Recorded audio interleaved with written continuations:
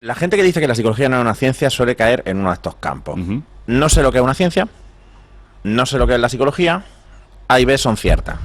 La psicología es una ciencia porque recoge su conocimiento y estructura su conocimiento de acuerdo con el método científico. Entonces la psicología lleva siendo una ciencia del año 1879, que es donde empieza. La psicología no la inventó Freud, como mucha gente dice. De hecho, Freud ya se preocupó, como buen estafador que era, en vida, de desmarcarse de la psicología y decir que lo que ellos hacen, el psicoanálisis, no es psicología, porque la psicología ya entonces era una ciencia que estudiaba pues, procesos básicos como la memoria, la atención, la percepción, con los medios que entonces había.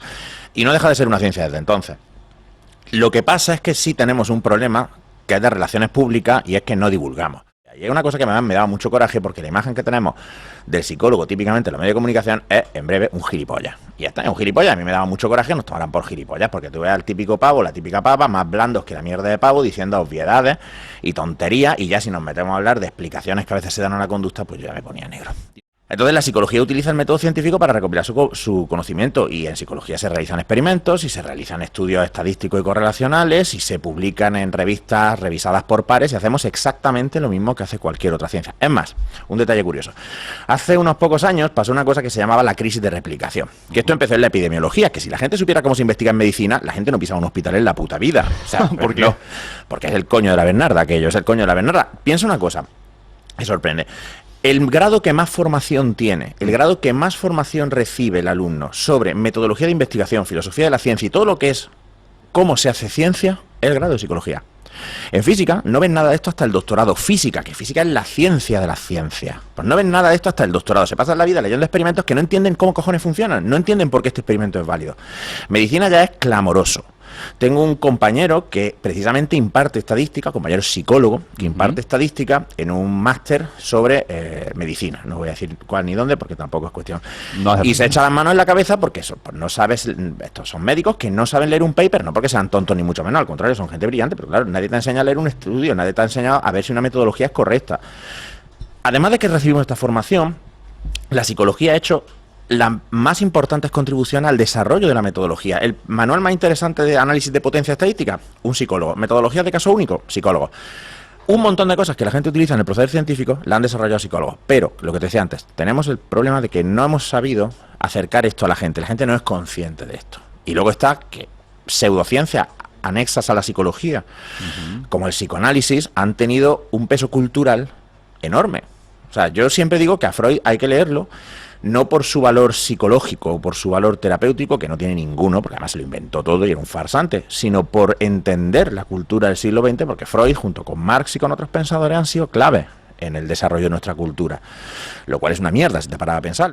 Pues porque no deja de ser fundamental la cultura en una cosa que es completamente ajena a la racionalidad y al estudio objetivo de las cosas. Y ojo, a ver, yo soy más rojo que los cojones, pero a mí cuando la gente dice que el marxismo es científico, yo me descojono también, porque no lo es tampoco, ¿entiendes? Según una definición un poco estricta de ciencia. Pero claro, el marxismo ha sido crucial en entender lo que somos y cómo somos, y el psicoanálisis es importantísimo, por ejemplo, pues la influencia que ha tenido en el arte. Y no vamos a estar ejemplo sobadísimo de Woody Allen, ¿no? Pero hay muchísimos más en el que el psicoanálisis, muchas veces el análisis del arte se hace de una perspectiva psicoanalítica, y yo creo que errónea, pero está ahí, nos guste o no. Es como la religión. Yo no soy religioso, yo no creo en Dios, pero decir que la religión no influye en nuestra cultura y por tanto en nuestro comportamiento, pues una sandeza, una chorrada. Entonces, yo lo que pretendo siempre es que la gente se dé cuenta que la psicología es una ciencia, y además es una ciencia fascinante y que va mucho más allá de la clínica, porque esa es otra cosa que también hacemos mal. Dejamos que se mezcle psicología clínica, que la psicología clínica es una tecnología, es un conjunto de técnicas y de herramientas que derivan del estudio científico de la psicología con el conjunto de la ciencia. Y en psicología se hace muchísimo más que clínica. La clínica es pues una parte, pero tiene psicología social, tiene psicología del deporte, tiene psicología experimental, tiene psicología del comportamiento animal, tiene psicología de las organizaciones, tiene psicología de la educación, tocamos todos los ámbitos.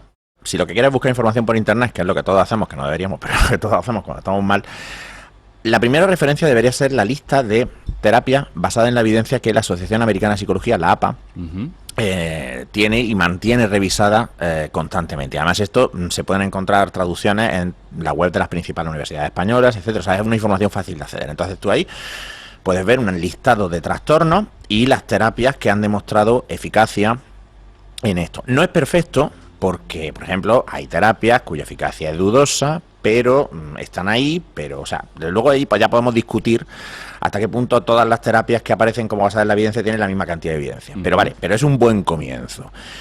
Y lo segundo es hacer una serie de preguntas a tu psicólogo, o al psicólogo al que estás pensando en acudir, como por ejemplo, ¿desde qué modelo trabajas? Si es un modelo cognitivo-conductual o es un modelo conductual, esos son modelos basados en la evidencia. Eso es un buen primer comienzo. Si te dice, yo es que soy ecléctico y hago así un poco de todo según lo que funciona el paciente, pues a mí eso me da sida. Yo no lo recomiendo, ¿vale? Vale. Pero bueno, tú verás. Luego, el psicólogo que trabaja con una aproximación basada en la evidencia, normalmente te puede dar una estimación en cuanto a la duración del tratamiento, los ojos, o sea, por ejemplo, te va a decir, pues mira, las 2-3 primeras sesiones son la recogida de información, al cabo de estas sesiones se te va a devolver un análisis funcional o se te va a devolver una formulación de tu caso, se te va a dar una explicación de qué te pasa, por qué te pasa, etcétera, etcétera. En base a eso se hará un plan de acción y habrá unos objetivos concretos que intentaremos alcanzar en un número determinado de sesiones. Una cosa importante además es que la terapia, el tratamiento psicológico, porque terapia es una cosa que cada vez me da más por el culo decir, igual que ya intento no decir pacientes, porque la gente no está enferma. Quiero decir, muchos de los problemas psicológicos por los que la gente acude a consulta, no son enfermedades. Porque no es una patología. Claro, no se te ha roto el cerebro. De hecho, hace poco se lió un flame de cojones porque se me ocurrió publicar un hilo en Twitter que luego convirtió en un artículo en el blog que se llama De los antidepresivos, que básicamente lo que hago es una revisión de la evidencia en favor de la eficacia de los antidepresivos. La evidencia es ninguna. La evidencia es que no tienen más eficacia que el placebo, porque la hipótesis en la que se basan, que es que la depresión está relacionada con una bajada de los niveles de serotonina, son puntas de polla. No tiene evidencia desde el año 1967 que se formuló. Y se puso la gente muy frenética y que tú, ¿cómo va a decir esto si es psicólogo? Perdone, los psicólogos estudiamos farmacología, estudiamos neuroanatomía, etcétera. Además que yo sé leer un puto paper y tú no. Cállate ya, cojones. Aparte de eso, bueno, pues ¿sabes qué ha pasado? Que el otro día, antes de ayer, se publicó que hay una serie de medicamentos que se van a retirar porque no han demostrado eficacia y tienen un efecto secundario importante. ¿Sabes cuáles son? El escitalopram, la venlafaxina, la fluoxetina, son todos antidepresivos. Entonces, ¿qué es lo que sucede con esto? Que tú, cuando te aproximas a un psicólogo, lo que te va a decir es eso, más o menos vamos a intentar alcanzar estos objetivos están bien definidos, pues vamos a modificar este comportamiento, vamos a desarrollar esta habilidad, y esto va a tomar un número de sesiones, que luego, por supuesto, puede haber oscilaciones, porque, pues, claro, pueden pasar cosas, puede ser que suceda algo en la vida del cliente que le cambie la perspectiva o que agrave la situación o que la mejore, que hay veces que también tú estás trabajando con una persona y a esta persona pues le pasa algo muy bueno y entonces pues mejora y decide que ya no necesita seguir trabajando contigo y pues está guay. Pero como te decía, no son enfermedades porque en muchas de ellas no hay una causa física demostrable. Y esto es un problema que a mí me apasiona porque claro, damos por sentado que la depresión o la ansiedad es porque se ha jodido algo en el cerebro. Pero esto tiene un problema de causa y consecuencia. Suponiendo que yo pudiera probar, que esto no se ha probado, que hay cambios en el cerebro en las personas deprimidas respecto de las que no, que como digo, esto es una cosa que hay mucho debate y la evidencia no está ni mucho menos clara. No está probado que esto suceda. Tienes un premio Nobel de Fisiología esperándote si lo pruebas. Porque eso es la bomba. Tú piensas que eso sería básicamente poner en manos de la industria farmacéutica la mano de Midas. O sea, eso es forrarse ya más allá del mundo. Además, tú piensas una cosa, si los antidepresivos funcionan, y se supone que se van refinando, ¿cómo cojones se explica que los diagnósticos de depresión y ansiedad no paran de subir? Nosotros los psicólogos lo que postulamos es la depresión, la ansiedad, son reacciones del sujeto a su entorno. Y son reacciones del sujeto a su entorno que son adaptativas en un momento concreto, pero que a medio y largo plazo pues no lo son. Y por eso son un problema. ¿Qué pasa? Que por supuesto eso produce cambio en el cerebro, pero los cambios no son la causa, son la consecuencia. O sea, si se diera un cambio, por ejemplo, en los niveles de serotonina, que de nuevo insisto en que esto no está demostrado ni se ha demostrado nunca, ahora están diciendo que si los genes receptores de la serotonina, bueno, es que hay muchos tipos de serotonina, a ver si alguno, y yo venga, sí, estupendo, ¿no?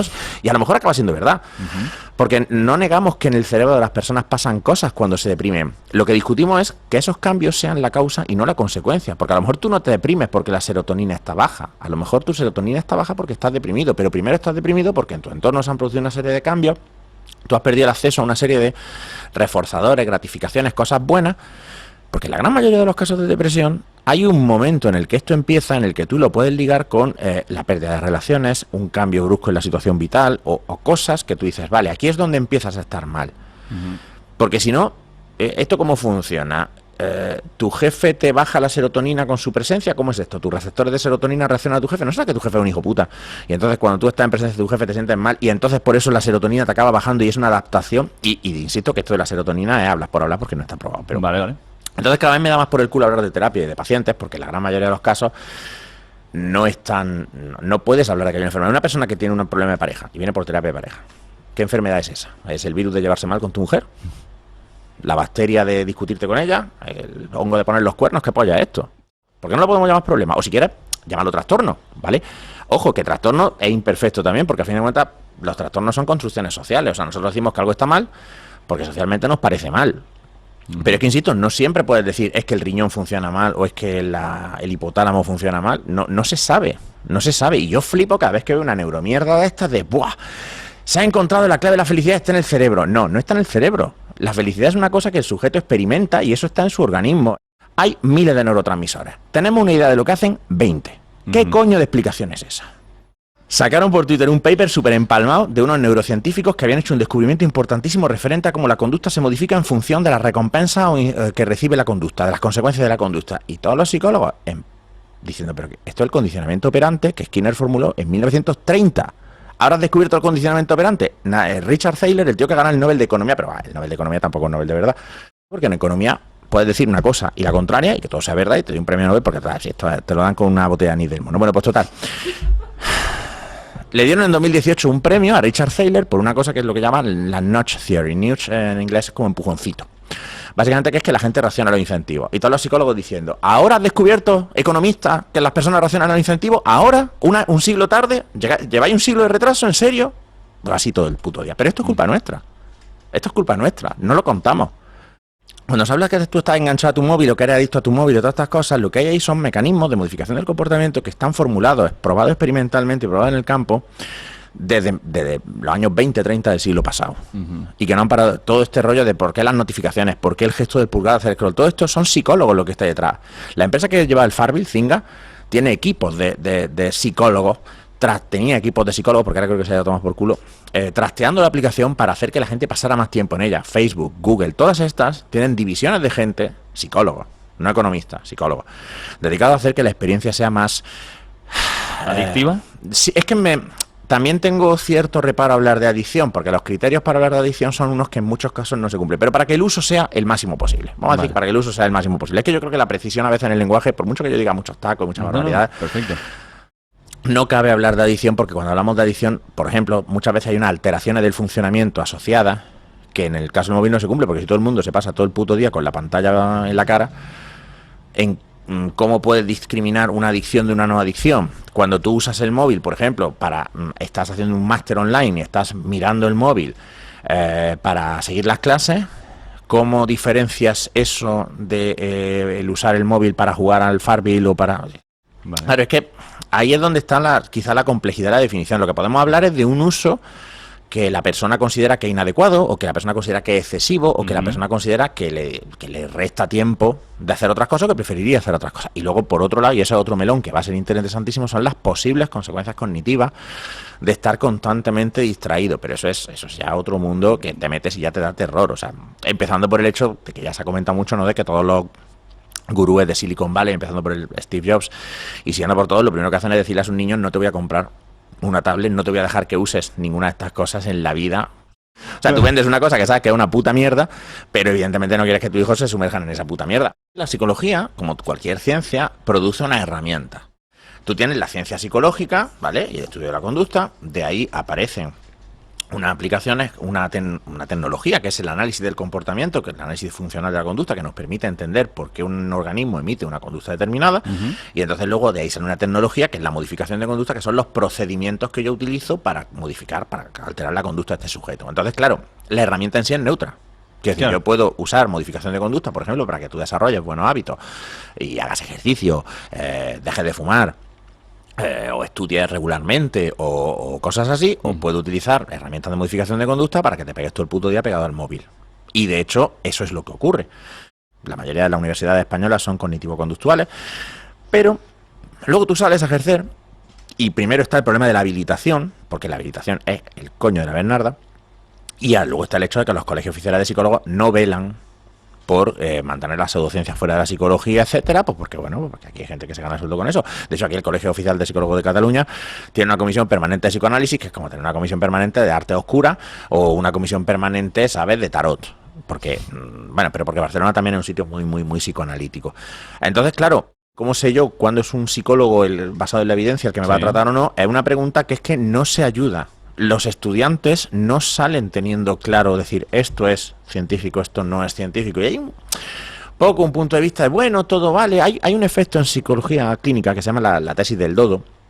El pájaro dodo, el de Alicia en el País de las Maravillas, que fue el primero que dijo eso de, bueno, pues todos corremos la carrera, pero todos somos ganadores y todos nos llevamos una medalla, ¿no? Que está basado en los estudios de un nota que básicamente lo que vino a afirmar era que todas las terapias psicológicas eran igualmente efectivas, porque lo que debía ser terapéutico sería el sentarte con un terapeuta, hablar con él, y que en realidad lo que importaba eran las habilidades del terapeuta para hablar contigo, para hacerte sentir escuchado y tal. Yo no me compro eso en absoluto. De hecho, la evidencia en la que se apoya eso es bastante endeble. Pero mucha gente sale de ahí con esa idea, sale de la facultad ya con esa idea de, bueno, yo puedo hacer un poco lo que más coraje me dé o lo que más me guste y lo que yo digo, cojones, que no sé, que esto no es elegir hacer acuarelas, óleo, pasteles, hijo puta, que esto no, que hay una cosa que es, está basada en la evidencia y todo lo demás que es mierda, o sea, tú no tienes por qué poder elegir una corriente teórica. ¿Qué cojones es esto? Los físicos no eligen corrientes teóricas, hay una evidencia y ya está, y podemos discutir sobre la evidencia. Los químicos no eligen alquimia o química, ¿qué cojones es esto? Pero somos únicos, no, yo es que he decidido que me voy a centrar en qué. ¿En qué te vas a centrar? Mamarracho. No, hay discusiones entre diferentes corrientes, es que me salto. Tú tienes, por ejemplo, conductista y cognitivo, y son dos corrientes que están basadas en el estudio científico del comportamiento. Y los conductistas critican a los cognitivos algunas cosas, pero se las critican a un nivel, digamos, teórico, filosófico. Es decir, por ejemplo, una crítica frecuente es que los cognitivos utilizan conceptos que se infiere que están ahí, pero que no son necesarios para explicar un comportamiento. Por ejemplo, el tema de las representaciones mentales. Justamente los cognitivos dicen, bueno, los conductistas dejáis fuera las representaciones mentales y realmente no se puede entender el comportamiento humano sin alguna forma de representación. Pero esos son debates científicos válidos. Es decir, es como si tienes dos físicos discutiendo sobre teoría de las cuerdas, ¿vale? O sea, son discusiones metodológicas, son discusiones sobre cómo interpretar un resultado, cómo interpretar un efecto, pero que parten de un conocimiento común científico. Los conductistas no te niegan los estudios que hacen los cognitivos sobre atención o sobre memoria o sobre adquisición del lenguaje, y los cognitivos nunca te van a decir que las leyes del aprendizaje, el condicionamiento clásico, el condicionamiento operante, no son verdad. Hay un terreno común que todos comparten y dicen, esto es así. El coaching es una cosa muy jodida y es quizá el ejemplo palmario de cómo hemos dejado que nos coman la veneno, porque el coaching no es nada. No es nada, no es una disciplina académica, no producen investigación, no se hace investigación en coaching, porque ¿qué pollas vas a investigar? El coaching es un conjunto de ideas y prácticas que unos señores en el principio de los tiempos del coaching, que hace relativamente 4 días, dicen un montón de directivos, hostia, ya estoy hasta la polla de pringar en una oficina aquí mirando papeles y moviendo números y pinchando de porque yo lo entiendo, es un trabajo para gente que está muerta por dentro. Y entonces dicen, hostia, yo puedo, yo qué sé, hacer charlas sobre la importancia del pensamiento positivo y cosas de estas, y seguro que la gente se motiva. Y el coaching empieza a recopilar algunas cosas que vienen de la psicología y cosas que vienen de pensadores positivos, como por ejemplo Howard Pyle, Napoleón Hill, Dale Carnegie, todos los que empezaron el movimiento de la autoayuda en Estados Unidos. Eckhart Tolle es más reciente, y Eckhart Tolle básicamente es una especie como de mindfulness muy bruto, ¿no? En el sentido de que tú te tienes que enfocar sobre lo que hay ahora, pero es una práctica de atención plena, y claro, ahí el coaching vive las líneas borrosas entre lo que es real y lo que no. Hay una cosa que decían de Freud, que en el coaching se aplica también muy bien, que es lo que es verdad en el coaching no es del coaching, lo han cogido de la psicología, o lo han cogido tal, y lo que es del coaching no es verdad. Por ejemplo, muchísimos coaches utilizan cosas como la pirámide de Maslow para las motivaciones. La pirámide de Maslow está abandonada hace ya un montón de tiempo y no se utiliza. Se habla del poder de las afirmaciones positivas. La psicóloga Gabriela Oettinger demostró que las afirmaciones positivas son, de hecho, contraproducentes. Se hablan de teorías de la motivación, que no, de diferencias, por ejemplo, entre motivación intrínseca y extrínseca, que no tienen evidencia y que no son aceptables. Hay un montón de cosas, y luego pues sí cogen algunas cosas. Y el coaching se ha visto muy reforzado por un movimiento dentro de la psicología, que es la psicología positiva. La psicología positiva es un movimiento que inicia un psicólogo que se llama Martin Seligman. Y Martin Seligman es un tío que ha hecho algunas contribuciones científicas muy importantes. Estudió un fenómeno que se llamaba indefensión aprendida y lo postuló como una posible explicación de la depresión. No es la explicación de la depresión, porque no en todos los casos de depresión tú encuentras que la persona se siente indefensa, pero bueno, porque es una persona que abordó aquello de una manera científica. Entonces Martin Seligman dice, bueno, ¿y por qué estamos siempre estudiando a la gente que está en la mierda? O sea, todo lo que hace en psicología, de nuevo, mezclamos psicología clínica con psicología en su conjunto, ¿no? Porque siempre estamos estudiando a gente que tiene depresión y ansiedad y problemas y que está todo loca y tal.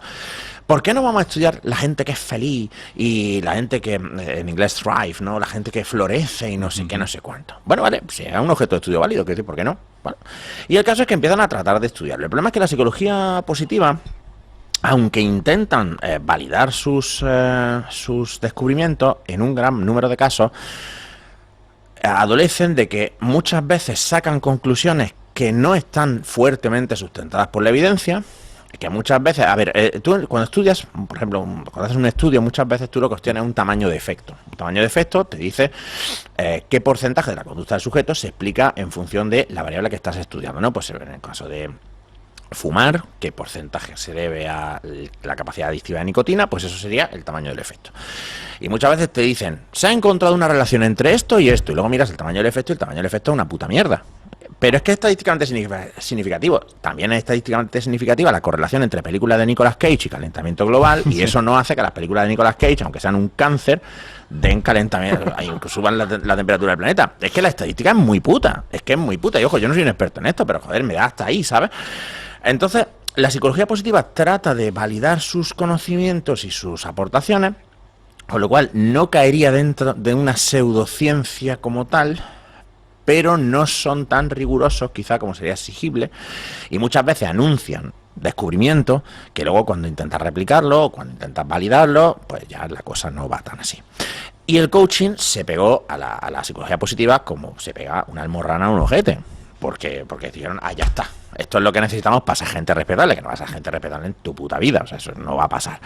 Entonces, la psicología positiva le proporciona al coaching un montón de eslóganes, de lemas y de mierda para que los coaches hagan su labor, pero su labor es meramente propagandística. O sea, el coaching ahora mismo goza del éxito que goza porque, y esto lo explica muy bien Bárbara Ehrenreich en un libro que se llama Sonríe o muere, que es crema. Esta señora tuvo un cáncer de mama y por supuesto recibió todos los consejos de mierda. Tú lo que tienes que hacer es tener una actitud positiva, porque si tienes una actitud positiva superarás el cáncer y no sé qué. La pobre mujer estaba amargadísima, ¿sabes? Porque es normal tener un cáncer de mama, cojones, ¿qué quieres? Y le duele y le molesta, y está jodida, y tiene que hacer quimio, que es una puta mierda. Y la otra, no, pero tú alégrate de qué, cabrón. Pilla el cáncer tú. Jodido, sí. Entonces esta mujer se puso a investigar el tema del pensamiento positivo y encontró que no hay ninguna evidencia que sustente que el tener pensamientos positivos ayuda en absolutamente nada. De hecho, por ejemplo, tener pensamientos positivos acerca de una tarea tiende a disminuir la motivación de realizar esa tarea, agrava el impacto del fracaso cuando se produce el fracaso, etcétera. Y ella, en su libro, explica una cosa que a mí me parece una idea esencial, que es que el coaching ha gozado del predicamento que goza, porque es una ideología que le va al neoliberalismo y al capitalismo de puta madre. Porque es además una ideología que exculpa a la gente, al entorno de todo lo que pasa. Y a los ejecutivos eso le encanta, ¿no? El tema de tú puedes conseguir lo que tú quieras. Y entonces los ejecutivos toman decisiones de mierda que acaban costando la ruina o suponiendo pérdidas millonarias o desastre ecológico o lo que sea. Pero de alguna forma es que no lo deseaste lo bastante fuerte. Si lo hubieras deseado lo bastante fuerte, habría salido. Esta idea debería ser ilegal. Esto debería ser ilegal, que la gente dijera estas mamonadas. Pero está muy bien porque entonces tú no eres pobre porque esto es un sistema que está diseñado para que los salarios vayan para abajo y para que el beneficio empresarial crezca y para que Jeff Bezos tenga más dinero del que toda nuestra especie puede gastar en la vida. Yo no sé cuántas... leí por ahí que Jeff Bezos podía acabar con el hambre en el mundo y todavía le quedaban no sé cuánto de su fortuna. Una salvajada. Era de loco. No, pero tú eres pobre porque quieres. Claro, yo soy pobre porque quiero. No encuentro un piso porque no quiero. Entonces, bueno, pues todo esto es la materia prima del coaching. Y el coaching, un coach, no tiene una formación académica detrás, no hay una investigación científica detrás, no hay nada, son un paquetito de técnicas y de chuminadas que tú aprendes en seminarios que además te dan el título por pagar. O sea, que es que tú para ser coach lo único que hace falta es que te certifique alguien. Y la certificación es circular, quiero decir, tú y yo montamos ahora una asociación de coaching. ¿Y quién es coach? Pues coach es quien tú y yo digamos, que somos los que certificamos. No hay una evidencia científica detrás, no hay una institución pública que diga el plan de estudios de ser coach tiene que ser este porque estos son los conocimientos científicos o académicos que tienen que... No, coach es lo que te saca de la polla a ti. El modelo de referencia ahora mismo es uno que se llama el Big Five, ¿vale? Que es uno que tiene 5 rasgos de personalidad, que en realidad son 10 porque en realidad son pares de rasgos, son 5 pares de rasgos, ¿no? Extroversión, introversión, conservadurismo, apertura a la experiencia, tal. Entonces, para evaluar si un test de personalidad es válido, normalmente lo que se hace es correlacionar intentar ver si hay correlación entre sacar unos resultados en este test con los resultados que daría un test del Big Five. Y no lo hay. El enneagrama, como el Myers-Briggs, son horóscopos a los que se les intenta dar una apariencia científica, pero que luego no han demostrado ningún tipo de validez. Tú piensas además que diseñar un test de personalidad es súper jodido.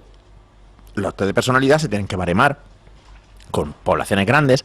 Los test de personalidad bien hechos incluyen una cosa. Yo no sé si tú has hecho alguna un test de personalidad serio, como un 16PF o un Minnesota o algo así, no. Pero estos son un coñazo, porque el 16PF eran 170 y pico preguntas, el Minnesota son como 500 y pico de estas de verdadero o falso, cosas así. Sí. Y una cosa que a la gente le llama la atención es que muchas veces las preguntas se repiten. O sea, a lo mejor la 120, luego te la vuelven a hacer en la 312 o te la hacen pero con las palabras un poco cambiadas. Los test bien hechos tienen escalas de validez interna. ¿A qué me refiero con esto? Escalas que detectan si estás contestando al azar, escalas que detectan si estás falseando las preguntas, escalas que detectan si estás intentando responder de acuerdo con lo que tú crees que el que pasa el test quiere.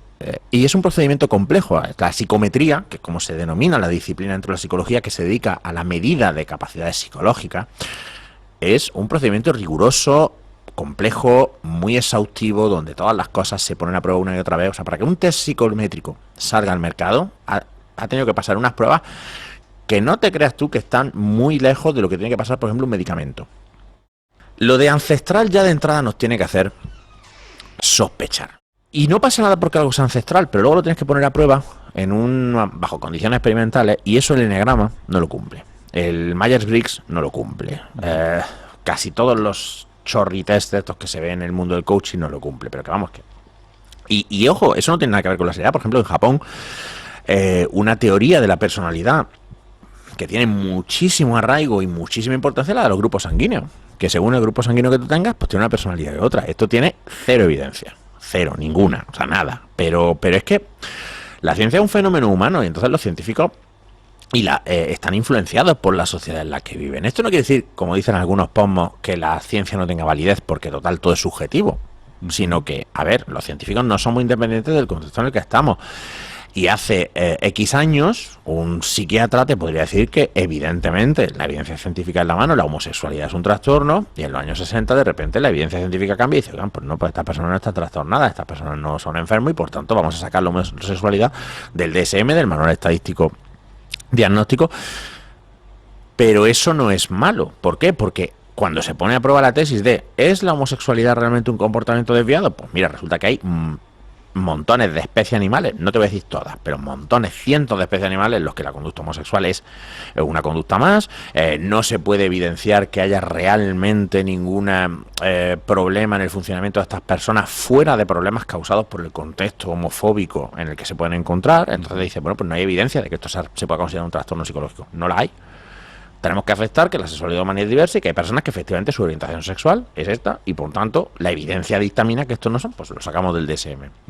No hay nada más científico que cambiar de opinión ante la evidencia. No hay nada que sea más científico que decir, esto yo pensaba que era así y ahora ya no, porque la evidencia ahora dice que es de otra manera. De hecho, fíjate, esto es lo que le da a muchos negacionistas ahora con toda esta mierda de la pandemia, ¿no? El tema de, bueno, ves que las mascarillas antes no servían y ahora sirven y no sé qué. Claro, al principio no se sabía, ahora se sabe más, ahora sabemos más. Hay una cosa que me dijo un profesor en la universidad y que se me quedó muy marcada y que yo la utilizo un montón, que es que tú en cada momento tomas la mejor decisión posible con la información y la experiencia que tú tienes. Y cuando tú te fustigas diciendo, hostia, lo está haciendo todo mal porque yo tenía que haber hecho eso, no tiene sentido, porque tú no podías haber hecho otra cosa. Porque en aquel momento tú no podías haber decidido otra cosa y no tiene sentido culpabilizarte. Porque si hubieras tenido la información que tienes ahora, habrías hecho otra cosa, pero es que entonces era una persona diferente. Con la ciencia pasa un poco igual. A veces tenemos que aceptar que los científicos van a llegar y te van a decir, mira, parece que esto es así. Y entonces al cabo de X tiempo te van a decir, pues no, mira, pues no era así, era así. Y tú vas a decir, hostia, y yo estoy aquí desinfectando la barra del bar con un gilipollas, pues mira, sí. ¿Qué le vamos a hacer? Fíjate una cosa, la pseudociencia no duda. Esto es una cosa que yo creo que siempre es crucial, y eso, volviendo a la psicología, eso es esencial. Cuando un psicólogo te presenta un análisis funcional, dice, mira, parece que tu conducta, esta conducta concreta, tiene estas variables antecedentes, o sea, estos son los estímulos que la desencadenan. Y entonces, después de esta conducta, hay unos consecuentes que son los que la mantienen, de esta manera y de esta manera. Pero todo esto siempre es una hipótesis, porque siempre puede suceder que el cliente te dé una información que tú digas, no, me tengo que replantear el análisis que he hecho en base a esta evidencia. A lo mejor resulta que esto que yo pensaba que reforzaba tu conducta o la mantenía, no lo hace y entonces tengo que buscar una aproximación diferente. Y esto es una cosa que puede pasar y que pasa. Esto que tú estás diciendo se puede poner a prueba, se puede falsar, se puede demostrar que es falso. Si no se puede demostrar que es falso, si pase lo que pase, tú vas a decir, esto demuestra lo que yo pensaba, entonces probablemente sea mentira. Entonces, como mínimo, no es científico. La gente no tiene tiempo de hacer todo este trabajo. Total. Nos ahogamos en información. Si Twitter es como beber de un hidrante. No tienes el tiempo de comprobar cada mierda que te viene. Con lo cual, las mierdas que a ti te gustaría creer, las compartes y las asumes sin pensar. Este fenómeno se llama sesgo de confirmación. También en parte porque es que simplemente es imposible verificar cada bulo que te llega. Y eso es una cosa que no se va a ir. Tenemos que aprender a ser críticos con las fuentes. Tenemos que aprender a distinguir fuentes que son fiables de fuentes que no. Porque no podemos, a no ser que decidamos no usar estas tecnologías, no podemos frenar el caudal de información que nos llega. Y es una cosa para la que realmente no estamos preparados. Se puede decir en muchos sitios, ¿no?, que una persona ahora recibe más noticias de las que un campesino de no sé qué siglo recibía en toda su vida. Tú piensas que antes estas cosas estaban ordenadas. Tú veías las noticias a unas horas o leías un periódico, pero eran finitos, era un rato. O sea, tú lees el periódico, pues tiene un número de páginas. Cuando te lo has leído. Ves el informativo, dura media hora. Cuando lo ves, lo has visto. Y hasta ya la noche no hay otro. Ahora es non-stop. No, todo el rato, claro. Non-stop. Sí. No creo que estemos en condiciones de manejar eso de una forma eficaz. Creo que tenemos que empezar a ponernos una dieta en esto. Creo que tenemos que empezar a restringir la cantidad de información que llevamos porque no podemos analizarla. Es imposible. No podemos. Hay un coste de oportunidad para el paciente, y este es un concepto muy chulo de la economía, que no se tiene en cuenta cuando tú vas a un pseudoterapeuta, que es el siguiente. Tú imagínate que tú vas a ver un psicoanalista y te pegas años, porque la terapia analítica no suele ser breve. Sí, es infinita a veces. De hecho, hace años publiqué un artículo, me pilló una biografía sobre Freud de un autor que se llama Frederick Kruse, que se llama Freud, The Making of an Illusion. Yo la recomiendo sin reserva, donde básicamente saca correspondencia privada de Freud, en la que Freud admite haberlo inventado todo, en fin, es una vergüenza. Y por supuesto el blog se me llenó de psicoanalistas enfurecidos, y uno de ellos tuvo sus cojones santos de decirme que es que el objetivo no debe ser la curación, es que el análisis es un proceso que dura toda la vida. Y yo diciendo, hijo de puta, esto es el business plan perfecto. O sea, tú vienes a mi consulta 1 o 2 o 3 veces por semana, me aflojas 100 napos cada vez que vienes el resto de tu puta vida, y yo lo único que tengo que hacer es sentarme con una libreta y decir, ajá, qué interesante, cuéntame más. Este proceso de pseudoterapia y de autoconocimiento, cuando tú dices que es un placebo, piensa una cosa. Imagínate que tú tienes un problema de ansiedad, ¿vale? Entonces tú tienes una ansiedad muy grande y tienes unas preocupaciones muy grandes, por ejemplo, sobre enfermar, ¿vale? Y entonces tú vas a uno de estos pseudoterapeutas y te pegas meses, años yendo allí sin que te den nunca pautas, porque esa es otra cosa que diferencia la psicología basada en la evidencia de la psicología, bueno, de las prácticas que no lo están.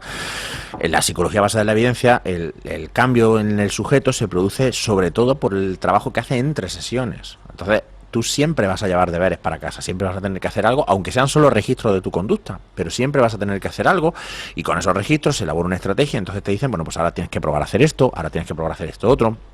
Cuando estés en esta situación, en vez de hacer esto, intenta hacer esto otro. Siempre hay unas pautas, siempre te vas con pautas. Y ahora imagínate que esa persona va a un tratamiento cognitivo-conductual, un tratamiento conductual para trabajar esa ansiedad, y se expone en imaginación y hace sus procedimientos de exposición con prevención de respuesta, etcétera, etcétera, etcétera. Y ahora yo te digo que esta persona con un tratamiento basado en la evidencia pues puede estar 10, 15, 20 sesiones, estamos hablando, si las sesiones son semanales, de 3, 4, 5 meses, contra años. Solo por el ahorro en tiempo y en dinero ya estaría justificado el recomendar que el tratamiento esté basado en la evidencia. Pero es que hay más. Cuando una persona va a uno de estos pseudoterapeutas y se encuentra mejor, tú no puedes demostrar que está mejor por el tratamiento del terapeuta. Piensa, para empezar, una cosa. Hay muchos problemas psicológicos que remiten espontáneamente. La depresión, de hecho, que es el que más, tiene un 50% de remisión espontánea. O sea, el 50% de las personas con una depresión que no se les trata, mejoran solas. ¿Por qué? Pues porque cambian sus circunstancias vitales, cambian su comportamiento, etcétera, y se empiezan a encontrar mejor. Esto es una cosa que es importante. Claro, esto no es lo mismo en todos los problemas psicológicos, evidentemente. Entonces, ¿qué pasa? que cuando una persona dice, pues yo fui a psicoanalista 2 años y me ayudó mucho, ¿cómo te ayudó? La mayoría de las veces no saben explicarte cómo te ayudó. Dice, yo me sentí mejor. En cambio, cuando una persona va a un psicólogo basado en la evidencia y va a ese trabajo y te dice, yo me sentí mejor, una de las cosas que te dice, mira, pues porque aprendí a ser más asertivo, aprendí a expresarme con más claridad y expresar mejor cómo me siento, porque aprendí a responder a estas situaciones, porque aprendí a relajarme y a manejar mi ansiedad, porque aprendí a manejar los pensamientos que me hacen mal, porque cosas concretas y específicas. Con lo cual, claro, ahí tú puedes decir, de acuerdo, hay una relación, tú cambias tu comportamiento de esta manera, entonces te sientes de esta manera, etcétera, etcétera. En las otras no lo hay, con lo cual, ¿el paciente remitió espontáneamente o remitió por el trabajo? No se sabe. ¿Cómo separamos los componentes de la mejoría? ¿Cómo separamos los cambios en el contexto del paciente de las habilidades terapéuticas del terapeuta, del procedimiento? Y luego además está el problema teórico, de decir, vamos a ver, si tú haces una terapia basada en un modelo terapéutico que sabemos que no es verdad o que no tiene evidencia de ser verdad, entonces, ¿cómo sabemos que tu elección de técnicas, tu elección de prácticas es verdadera? No lo sabemos. ¿Comprendes? O sea, porque yo hago un análisis funcional y a lo mejor yo me equivoco y hago un análisis mal, pero yo soy capaz de decirte, mira, yo pensaba que esta conducta tuya se debía a este factor y se mantenía por este, se ha visto que no es así, entonces yo en vez de voy a cambiar mi análisis y vamos a probar esto otro y entonces lo vamos a poner a prueba y entonces llega un momento en el que tú dices, sí, efectivamente puedo demostrarte que tu conducta se da en este entorno por esta razón y se mantiene por esta. Se puede poner a prueba. También hay otro factor que es importante, que es que sabemos, y esto sí sabemos que a ciencia cierta, que hay un efecto terapéutico simplemente en el hecho de ser escuchado. Simplemente en el hecho de ir a un sitio, una consulta de un psicólogo, donde pues tú sabes que te van a escuchar, que no te van a decir que eres un friki, que no se van a reír de ti, que te van a aceptar como tú eres. Todo esto es lo que nosotros entendemos como habilidades terapéuticas, la capacidad de escuchar al paciente, la capacidad de que el paciente se sienta aceptado, etcétera. Eso tiene un peso, tiene un efecto en la terapia. Ojo, que también ahí está, por ejemplo, gente como los del grupo Acobeo, que estudian científicamente la interacción paciente-terapeuta y qué cosas que hace el terapeuta influyen en el paciente. Pero de nuevo, cuando tú abordas la terapia de esto, por ejemplo, cada cosa que tú dices en consulta, tú la dices pensando en reforzar una conducta, o extinguir una conducta, o servir de modelo para una conducta, o algo así. No haces preguntas casuales, no dices cosas casuales. Hay un sistema detrás. Y como hay un sistema, si no funciona, sabes por qué no funciona. En el resto de pseudoterapias te dicen, es que el paciente es resistente. Esto es una cosa que se inventó Freud.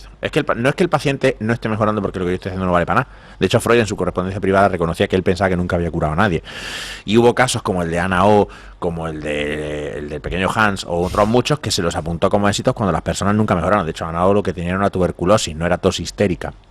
No, el placebo no es aceptable porque el placebo, como mínimo, es probable que le esté costando al paciente un tiempo y un dinero y alargando ese sufrimiento de una forma innecesaria si hubiera seguido un tratamiento más basado en la evidencia.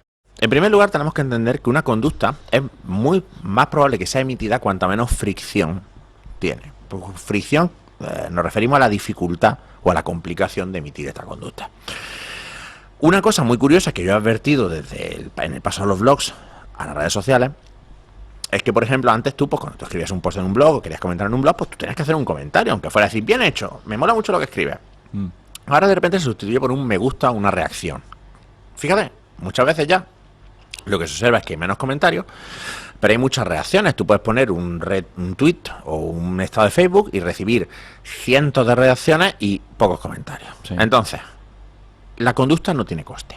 En segundo lugar, ocurre el fenómeno del anonimato. En muchos casos, tú no anticipas una consecuencia negativa de insultar a alguien o de hatear a alguien, porque muchas veces pues tú puedes estar con un nombre supuesto, no se sabe quién eres, o mejor dicho, se puede saber quién eres, pero tienes que hacer una investigación, e incluso si tú estás ahí con tu nombre, o sea, si yo voy con mi cuenta de Twitter que pone Ramón Noguera y que sale mi cara y todo esto, y le digo a alguien, eres un tonto polla, aún así todo, hay una distancia. Y tú piensas que esa distancia virtual, psicológicamente hablando, es completamente real. Porque yo estoy hablando de un tío que puede estar en Argentina o que puede estar en donde sea y por tanto yo no espero represalia de eso. Luego, en tercer lugar, hay un efecto fortísimo de presión social. Cuanta más gente está haciendo lo mismo que hago yo, más legitimado me hago y más legitimado me siento, y más seguro me siento de lo que estoy haciendo. Y además somos grandes imitadores, con lo cual la presión de imitar refuerza la conducta que estoy imitando. O sea, el reforzamiento social es uno de los más potentes que hay. Y luego lo último es la disonancia cognitiva. Y que explica por qué, por ejemplo, la gente que hace atrocidades, como por ejemplo los guardias de los campos de concentración nazis o los terroristas que cometen atrocidades, no tienen por qué estar, ni mucho menos, trastornados. La disonancia cognitiva es un malestar que nosotros tenemos entre nuestras acciones y nuestra imagen de nosotros mismos, o entre dos pensamientos que son contradictorios. Cada vez que experimentamos una inconsistencia en nuestra vida, ese malestar lo llamamos disonancia cognitiva. Y nosotros intentamos resolver esa disonancia, intentamos disminuir ese malestar. En algunos casos, como por ejemplo, pues ¿por qué fumas si sabes que es malo? Ese malestar pues lo reducimos bien quitándonos de fumar, como estás intentando tú, o bien pues montando una justificación, ¿no? Pues no fumo tanto, pues tengo que morirse, pues mi abuelo fumaba hasta los 99 y vivió como un toro, lo que sea, da igual. En estos casos se ha encontrado que la disonancia es el fenómeno por el cual la idea de la catarsis es falsa. La idea de la catarsis es que expresar la violencia o la agresividad, por ejemplo, pegarle a un cojín, gritarle a una pared, o meterte, como algunas empresas que ofrecen meterte en un sitio lleno de televisor y darles martillazos, no solo no disminuye la agresividad, sino que la hace más probable. Y tiene todo el sentido, tú estás recompensando esa actividad. La disonancia sí explica por qué cuando tú agredes a alguien, lo normal es que te vuelvas más agresivo hacia esa persona. ¿Por qué? Porque tú imagínate que alguien pone un comentario en Twitter y yo le agredo verbalmente, le insulto. Ahí se produce una disonancia. Por un lado, yo tengo una imagen, normalmente, tengo una imagen de mí mismo como una buena persona. Por otro lado, yo acabo de causarle daño a esta persona. ¿Cómo resuelvo esa disonancia? Porque esa persona se lo merecía. Y si esa persona se lo merecía, entonces probablemente se merezca más. Con lo cual mi deber debería ser darle más. Y entonces yo escalo. Y ahora que escalo tengo otra disonancia que resolver, que es, hostia, ahora he ido más a saco. Con lo cual, ¿qué pasa? Pues porque se lo merecía. Porque todo lo que yo le diga a esta gente es poco. Y tú vas metiéndote en esa onda, en esa espiral en la que cuanto más haces, más tienes que justificarte por haberlo hecho y por tanto más se merecía el otro que se lo hicieras. Y si más se lo merece, eso quiere decir que es que más tienes tú que hacer. Con lo cual te sientes impulsado a hacer más, porque joder, es que se lo merecen más todavía. Y ese es el proceso por el que la gente se embrutece y gente normal acaba haciendo cosas que son abominables e impensables, porque tiene que llegar un momento en el que tú construyas al otro como alguien que merece esto, alguien que se lo merece absolutamente. Entonces el hateo viene del hecho de que tú puedes expresar una opinión negativa con cero consecuencia, que te ves reforzado por el grupo y que además cuanto más hateas, más impulsado te sientes a hatear porque tienes que justificarte a ti mismo diciendo es que el otro se lo merecía. Y claro, pues acabamos teniendo situaciones que son pues, de bullying, de acoso, etcétera, etcétera.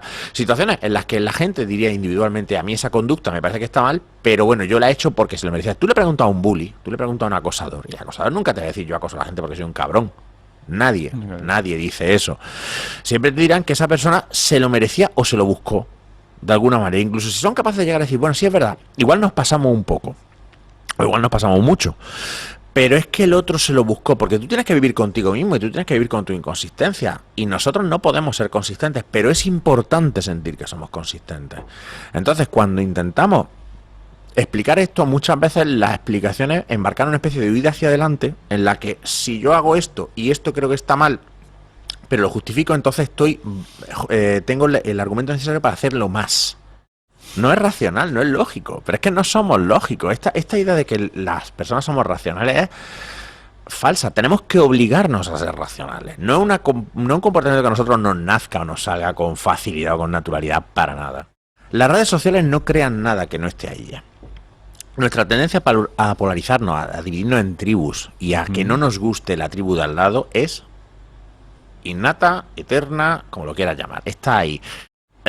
Hablo de un experimento clásico en psicología social, un experimento que se llama el experimento del águilas contra las serpientes de cascabel, el experimento Robert Cave, en el que dos grupos de niños son conducidos a una especie de camping y a uno se les asigna un nombre, las águilas, y a otro las serpientes de cascabel. Y esos niños, que eran niños cuidadosamente seleccionados para ser homogéneos entre sí, eran todos niños de la misma edad, del mismo estado, Oklahoma, ninguno tenía gafas, ninguno era gordo, ninguno tenía ninguna característica por la que otros pudieran meterse con él, solo por el hecho de haberle dicho, tú eres águila, tú eres serpiente de cascabel, nada más verse empezaron a odiarse. Esto era en los 50, ¿no? En los años 50, un experimento en 1955, creo. Y esto se ha replicado infinidad de veces. A la gente le pones una chapa de lo que sea y automáticamente empiezan a preferir a la gente que lleva su chapa y a tenerle manía a la gente que lleva otra chapa. Las redes sociales lo que son es un enorme amplificador. Las redes sociales no crean una polarización que no esté ahí, pero facilitan y amplifican nuestra tendencia a polarizarnos. Y en eso sí creo que pueden tener un efecto o muy beneficioso o muy perjudicial, pero volvemos a lo de antes, es una herramienta, es neutra. Pero claro, hay más dinero en la polarización. Los que tienen estas empresas, las redes sociales, Google, Facebook, Twitter, existe un grupo de peña, que son Twitter, y esta gente tienen incentivos. Y el incentivo para Twitter, para Facebook, es el recibir dinero de los anunciantes. Y eso quiere decir nuestra atención. Y nuestra atención se va a enfocar mucho más en la controversia. Con lo cual, estas empresas lo que tienen es un incentivo para facilitar y permitir que se propaguen noticias falsas y muy poco incentivo para controlarlas. Al contrario, de hecho, hay consecuencias indeseables de controlarlas. Porque ellos consistentemente ven que los tweets que más impresiones, más movimiento, más retweets, más menciones, más con respuestas, más conversación generan, que son los que generan más ingresos en anuncios, pues son justamente pues, los bulos, las noticias falsas, etcétera. Entonces, no es que nos polarizamos por las redes sociales, es que las redes sociales te facilitan mucho el polarizarte. Además, piensa una cosa. Las redes sociales, una cosa maravillosa que tienen, y que yo creo que es un efecto netamente positivo, es que te permiten ponerte en contacto con gente que piensa como tú. Y eso para personas, por ejemplo, que están en minorías, puede ser psicológicamente bueno. Total. Yo estoy seguro y he conocido muchísimos casos de personas en situaciones de discriminación que han encontrado apoyo y cariño y respeto en las redes sociales por parte de gente que está en su misma situación. Y en eso las redes sociales son de puta madre. El no sentirte solo es netamente positivo. Pero claro, también estás expuesto al que te odia por ser trans, al que te odia por ser gay, al que te odia porque te gusta la maqueta de ferrocarriles suecos del siglo XIX, al que... todo. Y ahora es muy fácil formar tribu y es muy fácil odiar a la otra tribu y es muy fácil chocar. Y fíjate que en realidad nada de esto tiene ninguna importancia. Discutimos en Twitter y en Facebook y nos peleamos con desconocidos como si es que eso fuera a cambiar algo. Pero esa pelea a nosotros nos hace sentir validados. Entonces, lo que hacen es muy fácil polarizarte porque además piensa que es muy fácil deshumanizar al otro. Tú no ves a una persona, claro. Tú ves a un Joe que es Cabezapolla 69, que su foto de avatar es la rana Pepe y que en realidad, además, por un proceso de asimilación grupal, se esfuerza en simbolizar todo aquello que tú detestas. Con lo cual es que además te lo pones fácil. Si tú pones en tu avatar, yo soy antifascista, pues todos los fascistas tienen más motivos para odiarte. Es un amplificador. Y es un problema. Y es un problema que hay que regular.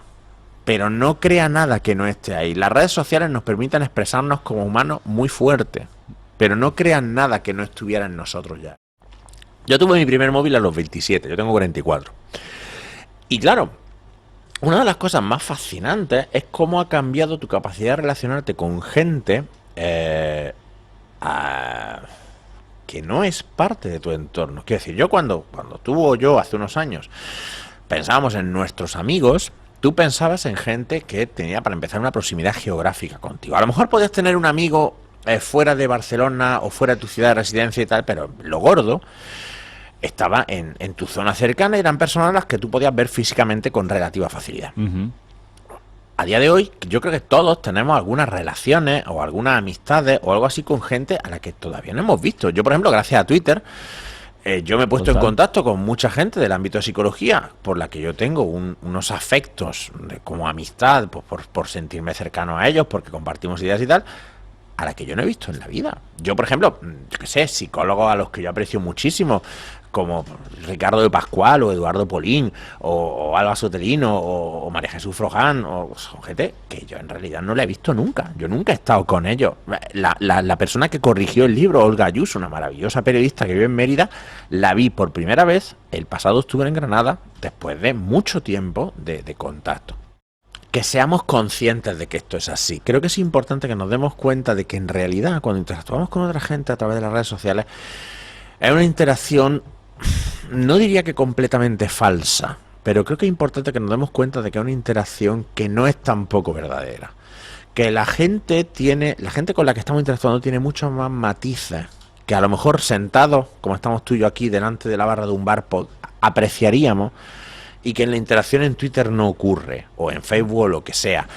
Y creo que todos podemos identificarnos con este fenómeno, ¿no?, de tener a alguien con quien has discutido un montón de veces de cosas en redes sociales, pero que luego si te fueras con él de cerveza, te lo pasarías bien.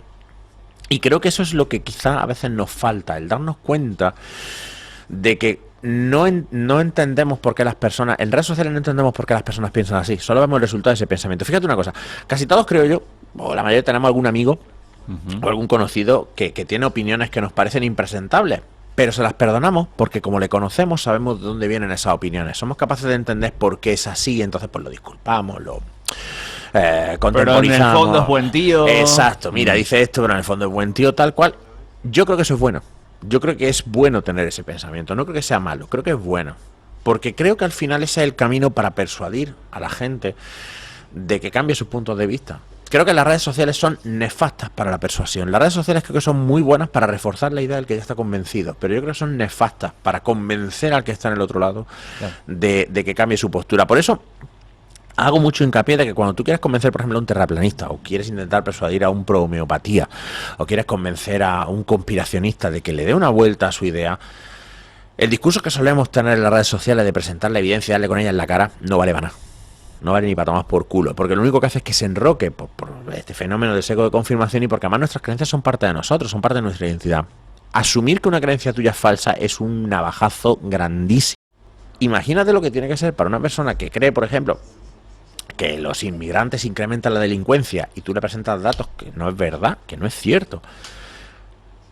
Echar la vista atrás a esa persona y decir, ostras, todas las veces que yo he hecho esto, todas las veces que yo he manifestado esto, todas las veces que yo estaba haciendo o contribuyendo a causar daño a las personas, su reacción tiene que ser cerrarse en banda. Yo creo que eso es lo que nos hace falta entender, que no tenemos que demostrar, tenemos que cuestionar, no tenemos que demostrar que el otro se equivoca, tenemos que hacer que el otro se cuestione por qué piensa lo que piensa y si no puede haber evidencia alternativa. Y estar, claro, esto también equivale a estar abiertos nosotros, y esa quizás es la parte más jodida. Yo creo que es difícil sobrevalorar, creo que es imposible sobrevalorar cuánto pesan cosas como la religión en quienes somos, incluso si no somos religiosos. Hay una cosa que yo digo mucho, que yo soy ateo, y soy ateo desde hace muchísimos años, desde mi adolescencia, pero yo sé que soy culturalmente católico. Hombre, pues claro. Claro, y esos valores, que nosotros los definiríamos en términos de reglas verbales, esas reglas verbales influyen en mi comportamiento, incluso aunque son reglas que vienen por un sistema de creencias que yo no comparto en absoluto. Y ser consciente de eso quizá nos podría ayudar a tener un poco más de simpatía por el otro, que sí sigue esa regla o que la sigue de más de cerca, en vez de directamente atacarlas, porque en realidad atacarles, en parte nos estamos atacando a nosotros mismos. Yo no soy una persona conservadora, yo supongo que soy lo que mucha gente llamaría un progre, ¿vale? Que siempre, o sea, es un insulto que me flipa, ¿no? O sea, que estás en contra del progreso, hijo de puta. O sea, no te gusta, que te gustaría que todo el mundo tuviera igualdad de oportunidades, cabrón. Dices, ¿tú qué clase de insulto es esto? ¿Sabes? O sea, es que eres un justiciero. Un progre de mierda. Eres un justiciero, es que te gusta el progreso, ¿eh? No, prefiero que vivamos en cuevas. ¿Qué estás diciendo? O sea, no tiene sentido. Pero cuando yo miro al conservador, a menudo tengo la oportunidad de hacer el esfuerzo de entender que esta persona conservadora es conservadora por una razón válida, y es una conservadora porque hay cosas en esas ideas que él defiende que para él han demostrado su validez a lo largo del tiempo. Error fundamental de atribución, lo formuló un psicólogo llamado Fritz Heider.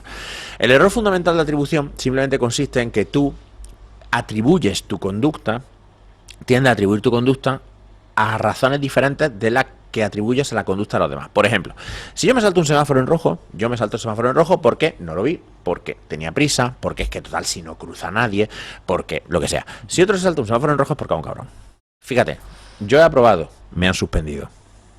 Yo soy forofo del equipo X. Hemos ganado, han perdido.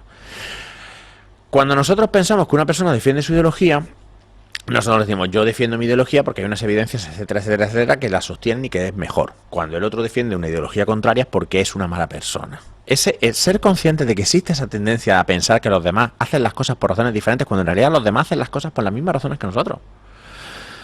También puede ayudarnos un poco a comunicarnos con ellos y decir, yo entiendo que esto que tú dices para ti es importante. Yo entiendo, por ejemplo, que a ti te preocupa la inmigración. Entiendo por qué te preocupa. Pero si esto que tú dices es verdad, entonces, ¿cómo es que los datos muestran que esto es así? Cuando tú hablas con una persona así, en vez de plantarle la evidencia delante, haz que se pregunte porque si su idea es correcta, luego los datos no la acompañan. Que ojo, que aquí te puedes encontrar de todo. Cuando hablas así, pues yo que sé, con un defensor de la homeopatía, pues te puede salir con una pata de banco como que es que los datos están manipulados por la farmacéutica o es que hay una conspiración que la gente... O sea, hay gente también con la que no merece la pena discutir. El psicólogo Robert Cialdini, que es uno de los investigadores más importantes en el ámbito de la influencia y la persuasión, tiene un libro que se llama Influencia, que trata sobre esto. Cialdini enumera 6 principios de persuasión, 6 estrategias, 6 argumentos que aumentan mucho las posibilidades de que tú te veas persuadido. Y uno de los ejemplos que cita, que a mí me flipa, es el uso del principio de autoridad con una campaña que se hizo de café orgánico o algo así, ¿no? Y entonces contrataron a un tío que hacía de doctor en la tele. Yo esto además lo cuento casi siempre mal, porque yo siempre digo que era Hugh Laurie, el tío que hacía de House, y no era House, pero era otro señor que hacía de doctor en una serie muy popular. Vale. Y esta firma de café contrató a este tío para que hiciera un spot en la que decía, pues soy el doctor tal y yo recomiendo el uso de este café porque este café es muy bueno y muy sano, básicamente. Y triplicaron las ventas en 6 meses. Y te paras a pensarlo y hostia puta, es que es de locos. Porque dices, a ver, este señor que no es médico y tú sabes que todo no el mundo es médico, lo sabe, claro. que está fingiendo ser un médico que no existe, te está diciendo que esto es más sano y tú te lo vas a comprar porque un señor que finge ser médico y tú sabes que finge ser médico y sabes que esto lo está diciendo porque le han pagado para decirlo, te dice que este café es más sano y tú vas y te lo compras con tus cojones gordos. Nosotros somos animales tribales y la autoridad para nosotros es muy importante porque durante miles de años la autoridad generalmente correlacionaba con la experiencia y con el control del entorno. O sea, hasta hace 4 días los viejos, las personas mayores, eran personas cuya opinión era respetada simplemente porque sabían y realmente sabían más que tú, porque realmente su experiencia es solo ahora, en los últimos años, cuando de repente los viejos parece que ya no son los que saben porque las cosas cambian demasiado deprisa, pero tú piensas que durante la mayor parte de la historia de nuestra especie, las cosas no cambiaban mucho de padres a hijos a nietos. Entonces, cuando tu abuelo te decía en el huerto hay que hacer las cosas así, generalmente tu abuelo sabía lo que estaba haciendo. Y esa tendencia a confiar en la figura de autoridad nunca la hemos dejado. ¿Por qué? Porque es un heurístico que en muchos casos funciona. Es como cuando sacas a un payo con bata blanca. Generalmente, la mayoría de las veces, cuando un payo con bata blanca, un médico, un farmacéutico te dice algo, la mayor parte de las veces suele tener razón. Esa es la realidad. Salen muchas veces en las noticias las negligencias, los errores de los médicos. Sí, porque los aciertos no son noticias, pero por cada negligencia hay miles de aciertos. Pues claro, ¿cuál es tu regla? Mi regla es, si un tío con una bata blanca me dice que haga algo, seguramente será buena idea. Nosotros consideramos el organismo en su totalidad. El cerebro, evidentemente, tiene una parte esencial y fundamental en la conciencia, pero nosotros somos organismos que nos comportamos como un todo. Claro, de hecho eso se llama la falacia mereológica. Mereológica quiere decir que tomas una parte por el todo y informalmente lo llamamos cerebrocentrismo, que es cuando dice el cerebro quiere, el cerebro hace, el cerebro te engaña, el cerebro no hace nada, igual que el hígado no hace nada, o sea, no hace nada, perdón, hace cosas, pero son parte de un todo. Una de las limitaciones que hablamos de nuestra percepción, pero es que esas limitaciones de la percepción no están en el cerebro, están para empezar en nuestros ojos, en nuestros oídos, en nuestros órganos sensoriales, o sea, que es... Hay que entender el organismo como un todo. No es que el cerebro no importe, claro que importa y su estudio es esencial y fascinante además. Pero cuando la gente dice, buah, es que claro, tal conducta es que en el cerebro pasa no sé qué, no sé cuánto. No, la causa no es que el cerebro haga X. El cerebro hace X por una causa y entonces se produce la conducta. El cerebro es un mediador. Es como decir que la causa del movimiento son los músculos. No, los músculos son el medio que permite el movimiento, pero la causa del movimiento no es el músculo. Tú imagínate que tienes un pensamiento intrusivo, ¿vale? Por ejemplo, una preocupación por ponerte malito. Entonces dices, hostia, es que a ver, tengo un dolor de tripa, a ver si esto va a ser un cáncer. Y entonces yo te digo, entonces tú me dices, ves que esta obsesión se va y viene. La realidad es que esta obsesión no vuelve, sino que ese pensamiento existe solo durante el tiempo que está en tu atención, que está en tu conciencia. Y en el momento en el que tú prestas atención a otra cosa, ese pensamiento deja de existir. Lo que pasa es que luego tú produces otro pensamiento, otra verbalización, que se parece mucho a la anterior y que tú identificas como la misma, pero no es la misma, es otra completamente nueva. Los pensamientos son la cosa más efímera que existe. Un pensamiento no existe más allá de los milisegundos que dura en tu conciencia. Del mismo modo que la percepción de un sonido dura lo que dura el sonido. Tú no puedes alargar la percepción de un sonido una vez que el sonido deja de producirse. Las implicaciones que esto tiene son brutales, porque tú piensas una cosa, si no puede existir un subconsciente, todas las teorías psicológicas que se van al inconsciente se van abajo, psicoanálisis, y todo lo que deriva del psicoanálisis se va abajo, porque no lo hay. Tu mente consiste en los trazos de memoria que tú tienes de los eventos que has experimentado y tus aprendizajes, y lo que tú estás experimentando de manera consciente en cada momento. Entonces, por ejemplo, esta idea de, no, yo estoy prestando la atención a él, pero de forma inconsciente estoy prestando la atención a ella. No, no existe. Si tú le estás prestando atención a él, a ella no la ves. Somos organismos limitados, tenemos unos límites físicos tremendos. Es lógico que nuestra capacidad de percibir y atender sea limitada en realidad. La idea de que tenemos una segunda mente cuyo único trabajo es rayarse ahí en plan de ¿qué habría hecho yo si en vez de decirle esto? Eso no tiene ningún sentido. ¿Para qué íbamos a tener esa mierda?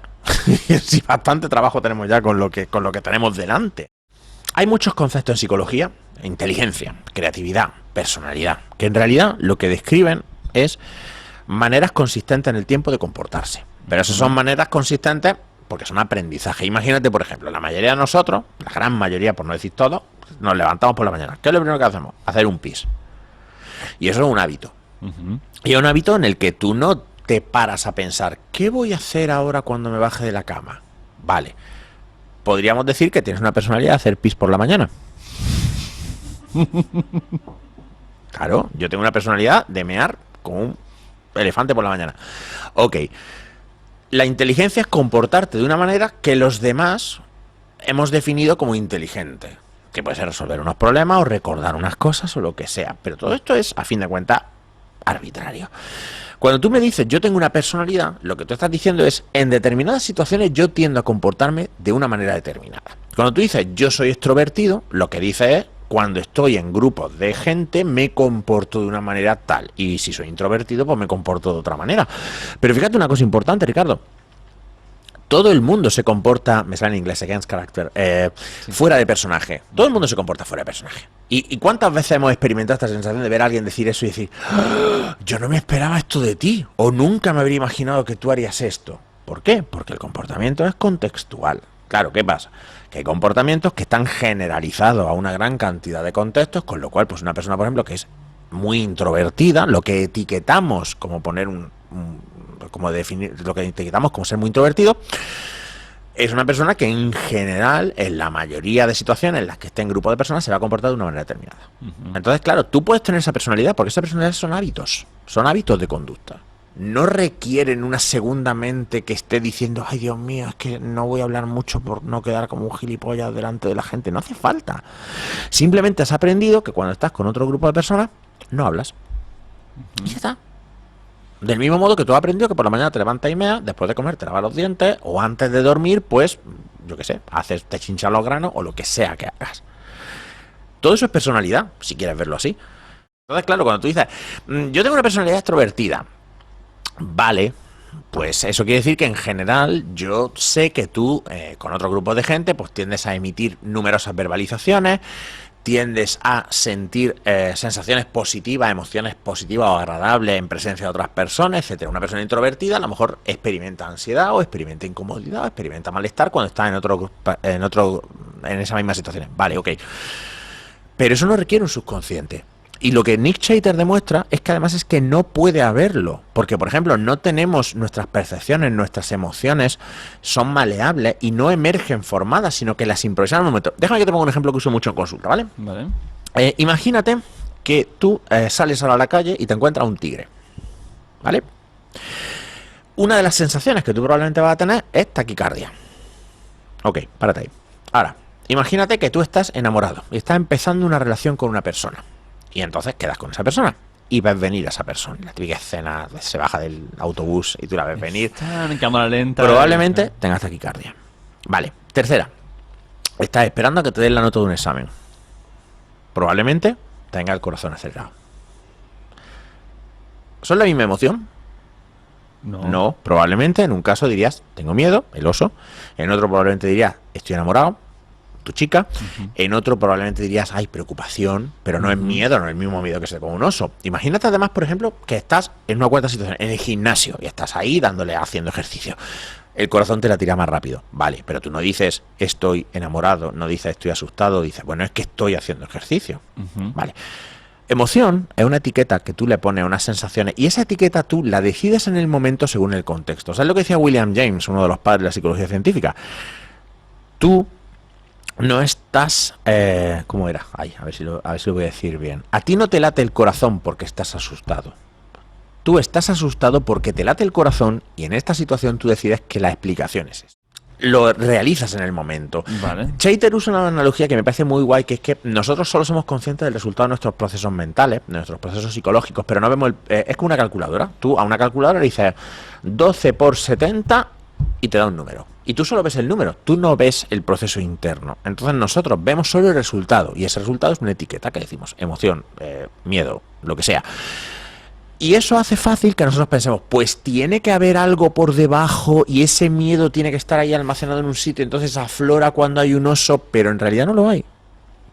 Porque si tú sabes que ese oso es de mentira, por ejemplo, vas a una casa del terror y sale un oso, pero tú te asustas, pero tú no le etiquetas como el mismo miedo que un oso real. Tú chillas ahí y a los 2 segundos te ríes. ¿Por qué? Porque dices, hay que ver qué gilipollas soy, que este es un muñeco.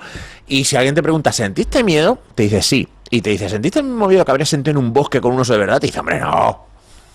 Y es verdad, porque no es lo mismo. Sí, o pero una película fíjate, de exacto, también, pero la taquicardia es la misma. No existe una taquicardia de estar excitado sexualmente y una taquicardia de estar asustado y una taquicardia de estar enamorado. No existe. Hay una taquicardia, o no la hay. O rubor, o sudoración, o lo que tú quieras. Entonces, claro, cuando tú asumes que en realidad lo que hay son aprendizajes, trazas de memoria, y sobre todo que tú estás intentando en cada momento darte a ti mismo una explicación de lo que pasa que sea consistente con lo anterior, te das cuenta que ideas, por ejemplo, como los traumas reprimidos no tienen sentido, porque no tienen espacio, no hay donde tener un trauma reprimido. No lo hay. Lo que existe es el aquí y el ahora, y existen hábitos, y esos hábitos se pueden modificar siguiendo una serie de técnicas que están bien establecidas en la modificación de la conducta, y no hace falta. Es una de las cosas por las que, por ejemplo, todas las terapias basadas en la evidencia se basan en el aquí y el ahora. La gente que dice, pero no me vas a preguntar sobre mi madre. Y yo, pues te preguntaré sobre tu madre si tienes ganas de hablar de tu madre, pero tu pasado es parte de tu historia de aprendizaje. Vale. Pero, y en ese sentido afecta a tu comportamiento actual. Pero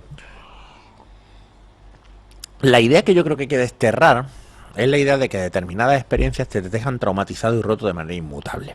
¿Vale?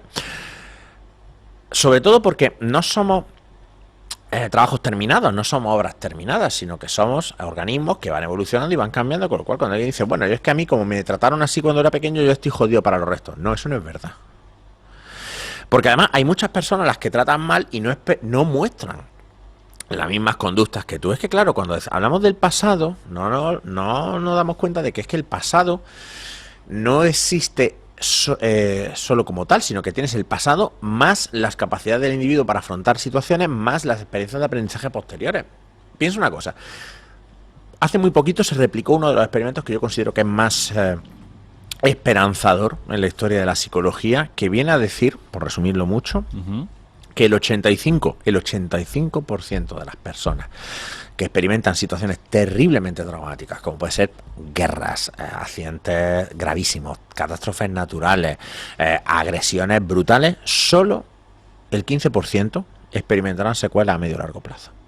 El 85% se recuperarán en un tiempo razonable, unos pocos meses, una semana, unos pocos meses. La idea del trauma justo es la contraria. La idea del trauma es que cualquier cosa te puede dejar marcado para siempre. Y es una de las cosas que nosotros queremos pelear, porque no es cierta. No es cierta. Los seres humanos somos muy resistentes, somos muy adaptables. Con esto, por supuesto, no quiero minimizar, ni mucho menos, el malestar de alguien que ha sufrido en su infancia o en su vida experiencias horribles. Para nada. Eso ojalá nunca les hubiera pasado. ¿Entiendes? No hay nada bueno que sacar de ahí. Pero sí es cierto que esta idea de es que, claro, eso se te queda ahí en el subconsciente. No, tú aprendes y de esa experiencia puede que saques aprendizajes y conductas que luego, más adelante en tu vida, tú digas, pues ahora esta conducta no me ayuda, o ahora esta conducta o este hábito me perjudica de una determinada manera o me dificulta funcionar con normalidad. Pero no porque tú estés roto, sino porque has tenido un aprendizaje que en el contexto actual no es útil, no es válido. Las personas que evitan aquello a lo que le tienen una fobia, esa conducta tiene sentido, están disminuyendo su ansiedad en el momento. Pero claro, si tú tienes fobia a las palomas y no puedes ir a una terraza a tomarte una cerveza por si aparece una paloma, a corto plazo estás evitando la ansiedad. A medio y largo plazo pues te estás jodiendo la vida porque no puedes tener vida social o lo que sea. Joder. Pero la conducta tiene sentido y eso no se debe a un trauma, se debe a una experiencia que dice, si yo evito los lugares donde puede haber palomas, siento menos ansiedad. La mayor parte de lo que hace nuestro cerebro es percibir, que es una tarea titánica, coordinar el movimiento. Mira, hay una cosa que yo aprendí en primero de carrera, fíjate, en una asignatura que se llama procesos motores, que era una optativa que yo cogí, en la que estudiaba precisamente la psicofisiología del movimiento, ¿no? O sea, cuando yo quiero coger un vaso, ¿qué es lo que pasa? Y es complejísimo. Tan complejo, de hecho, que hemos necesitado años y años y años hasta que hemos conseguido robots que pueden subir una escalera o coger un vaso o hacer cosas que para ti y para mí, no, para ti y para mí no, coño, para mi hija de 4 años son triviales. Y la mayor parte del cerebro se va en eso.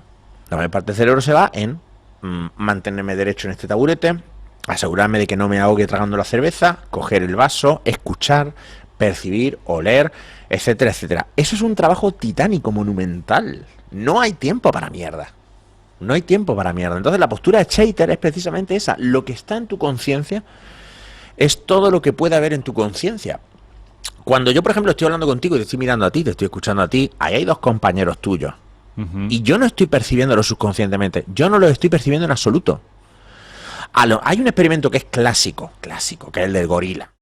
El tema de que se le encarga a la gente una tarea muy sencilla, que es coger. Hay un equipo de chicas vestidas con equipaciones de baloncesto blancas y otras negras. Y entonces se están pasando un balón entre ellas. Las blancas entre las blancas, las negras entre las negras. Y le dicen, fíjate en las blancas y cuenta el número de veces que las blancas se pasan el balón entre ellas. Vale, y la gente se sienta ahí. Se pone ahí a mirar. A mitad del vídeo entra un nota vestido de gorila, se para en mitad de la escena y es así. Y se va.